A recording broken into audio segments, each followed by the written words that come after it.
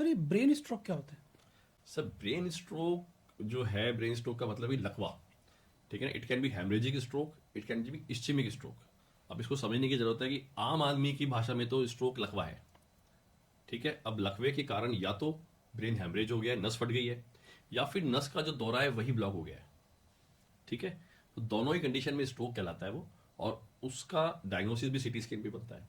अब जो भी आप बात कह रहे थे कि प्राइमरी डिले हो जाए, होता क्या है, लकवा हुआ और मरीज उसे लेके फिर साहब लकवे वाले बाबा जी चलते हैं, हाँ। बजाय सिटी स्कैन कराने की और बजाय ट्रीट। हमारे यहाँ भी कई बार क्या होता है, पेशेंट एडमिट हो गया, पेशेंट एडमिट में अटेंडेंट आते हैं, दूसरे दिन कहते हैं डॉक्टर साहब एक दिन के लिए छुट्टी कर दो, झाड़ू दिला ले हमसे।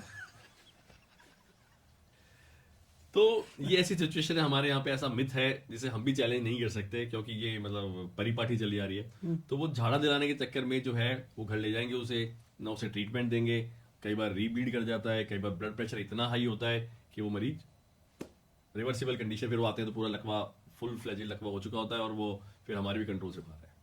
तो जो सबसे मेन रीजन है ब्रेन स्ट्रोक का वो क्या है? Sir hypertension, BP. BP, BP से दोनों ही तरीके के लकवा, चाहे हेमरेजिक स्ट्रोक हो चाहे इस्चेमिक स्ट्रोक हो, दोनों में ब्लड प्रेशर जो है उसके लिए रेस्पॉन्सिबल है सबसे पहले। दूसरा? उसके बाद तो सर जो डायबिटीज, जो भी पेशेंट्स हैं जो मतलब कोमॉर्बिड कंडीशंस हैं वो ये सारी हैं। लेकिन जो मेन चीज है जो सबसे अफेक्ट करती है, क्योंकि हाइपरटेंशन है तो हाइपरटेंशन किसकी वजह से होगा, उसमें स्मोकिंग आ गई, अल्कोहल इंटेक आ गई, ये सारी चीज आ गई, तो वो उसके लिपिड जो बढ़ जाता है, मोटापा जिसे होंगे, तो ये सारी चीजें अफेक्ट वहीं जाके करती है कि आपको ब्लड प्रेशर बढ़ा दिमाग में, और उससे या तो आपकी नस सिकुड़ गई या ब्लॉक हो गई, या फिर ब्लड प्रेशर इतना हाई था कि नस फट गई। यदि नस सिकुड़ गई है तो उसका क्या इलाज होता है? जैसे हार्ट के अंदर स्टंट लगाते हैं, बिल्कुल। तो ब्रेन में भी वैसे ही तो ब्रेन डिवाइस में भी जो है वैसे डिवाइस है, अगर थ्रोम्बस जिसे हम कहते हैं ना, रुकावट आ गई है, कचरा फंस गया, तो जो हार्ट वाला अभी आपने बोला, तो थ्रोम्बस के थ्रोम्बेक्टमी भी हो सकती है और स्टेंटिंग भी हो सकती है।